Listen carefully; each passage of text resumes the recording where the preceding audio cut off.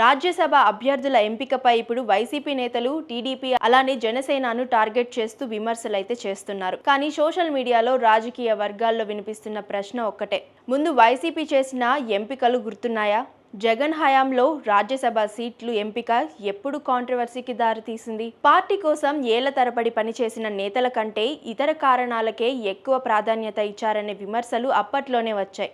అందుకే ఎక్కువగా చర్చకు వచ్చిన పేరు Reliance group president Parimal Natwani. ఆంధ్రప్రదేశ్లో ప్రత్యక్షంగా సంబంధం లేకపోయినా ఏపీ కోట నుంచి రాజ్యసభకు పంపడం అప్పట్లో పెద్ద డిబేట్ అయింది. అలాగే జగన్ వ్యక్తిగత న్యాయవాదిగా వ్యవహరించిన నిరంజన్ రెడ్డికి కూడా రాజ్యసభ అవకాశం అయితే ఇవ్వడం రాజకీయంగా హాట్ టాపిక్గా మారింది అప్పట్లో.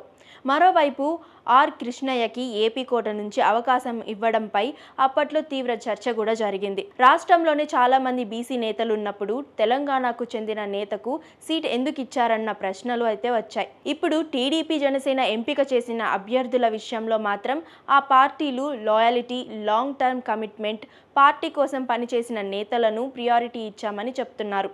రాజకీయ విశ్లేషకులు కూడా ఒకే విషయం చెప్తున్నారు. ఏ పార్టీ అయినా రాజ్యసభ సీట్స్ ఇచ్చేటప్పుడు పొలిటికల్ క్యాలిక్యులేషన్స్ ఉండడం సహజమే. కానీ grass roots cadre, loyal leaders పూర్తిగా పక్కన పడిపోతే అసంతృప్తి పెరిగిపోతుందని అంటున్నారు. వైసీపీ అధికారంలో ఉన్న సమయంలో ఇలాంటి నిర్ణయాల వల్లే చాలా మంది సీనియర్ లీడర్స్, క్యాడర్స్ నిరాశకైతే గురయ్యారు. అప్పట్లో వార్తలు కూడా వచ్చాయి.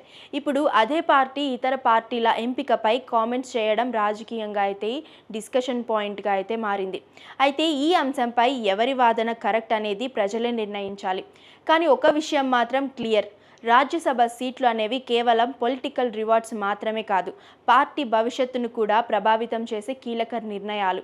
మరి రాజ్యసభ ఎంపికల్లో లాయల్టీకి ప్రాధాన్యత ఇవ్వాలా, లేక పొలిటికల్ స్ట్రాటజీకి ప్రాధాన్యత ఇవ్వాలా? మీ ఒపీనియన్ ఏంటి అనేది కామెంట్స్ రూపంలో అయితే తెలియజేయండి.